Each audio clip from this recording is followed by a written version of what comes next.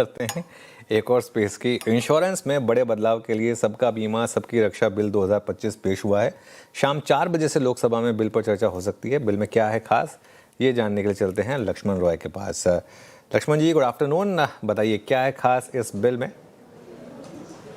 देखिए, वैसे बिल में तो करीब 70 से ज़्यादा बदलाव किए जा रहे हैं। तीनों बिल में, इंश्योरेंस अमेंडमेंट बिल हो, LIC एक्ट हो या फिर IRDA एक्ट हो, लेकिन इसमें 3 महत्वपूर्ण बदलाव हैं।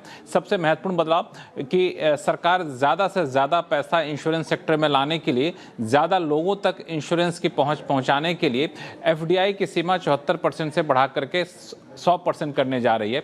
यानी 100% तक विदेशी निवेश आ सकता है, जिसमें इक्विटी शेयर भी होगा, पोर्टफोलियो इन्वेस्टमेंट भी होगा। दूसरा जो बड़ा बदलाव किया जा रहा है वो ये है कि अगर कोई नॉन इंश्योरेंस सेक्टर की कंपनी है और एक इंश्योरेंस सेक्टर की कंपनी, तो दोनों आपस में मर्ज हो सकती हैं, दोनों आपस में मिल सकती हैं। इसकी भी छूट दी जाएगी। इसके लिए IRDA अपनी एक खास कायदे कानून स्कीम लाएगी, जिसके तहत कोई भी नॉन इंश्योरेंस सेक्टर की कंपनी और इंश्योरेंस सेक्टर की कंपनी के बीच में मर्जर हो सकता है।